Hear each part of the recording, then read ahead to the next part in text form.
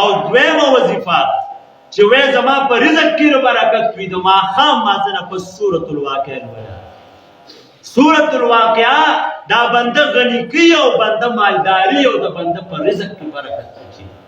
وی سورۃ الواقعه چې څوک وایي الله به ورته داسې ځای رزق ورکړي چې په خوا خاطر کې دی راځي.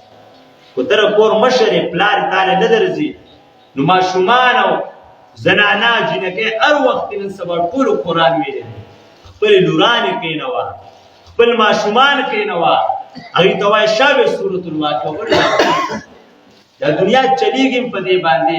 تاسو ګورئ دا څومره دیني مراکز دي تبلیغي یا خانقاګانې دي یا مدارس دي. د دې روټین دا دی چې د ماښام نه پس سورۃ الواقعه به هر طالب دا وایي. د ماسخوتن مازه نه پس به سوره ملک هر څوک دا وایي او د سحر مازه نه پس به سوره یاسین ټول دا وایي. الله د زرګونو طالبانو ته رزق نه ورکوي. په زرګونو طالبان دې روي د هغوی ضروریات د ژوند نه برابري. دا په سوره یاسین څوک چې د ورځې په شروع کې سوره یاسین یې ووایي الله به د دغه ورځې ټول حاجات د غیبي خزانو نه پوره کوي. چې کله ستا یقین وي په سوره یاسین په سورۃ الواقعه په سوره ملک باندې ژوند به بهتر وي.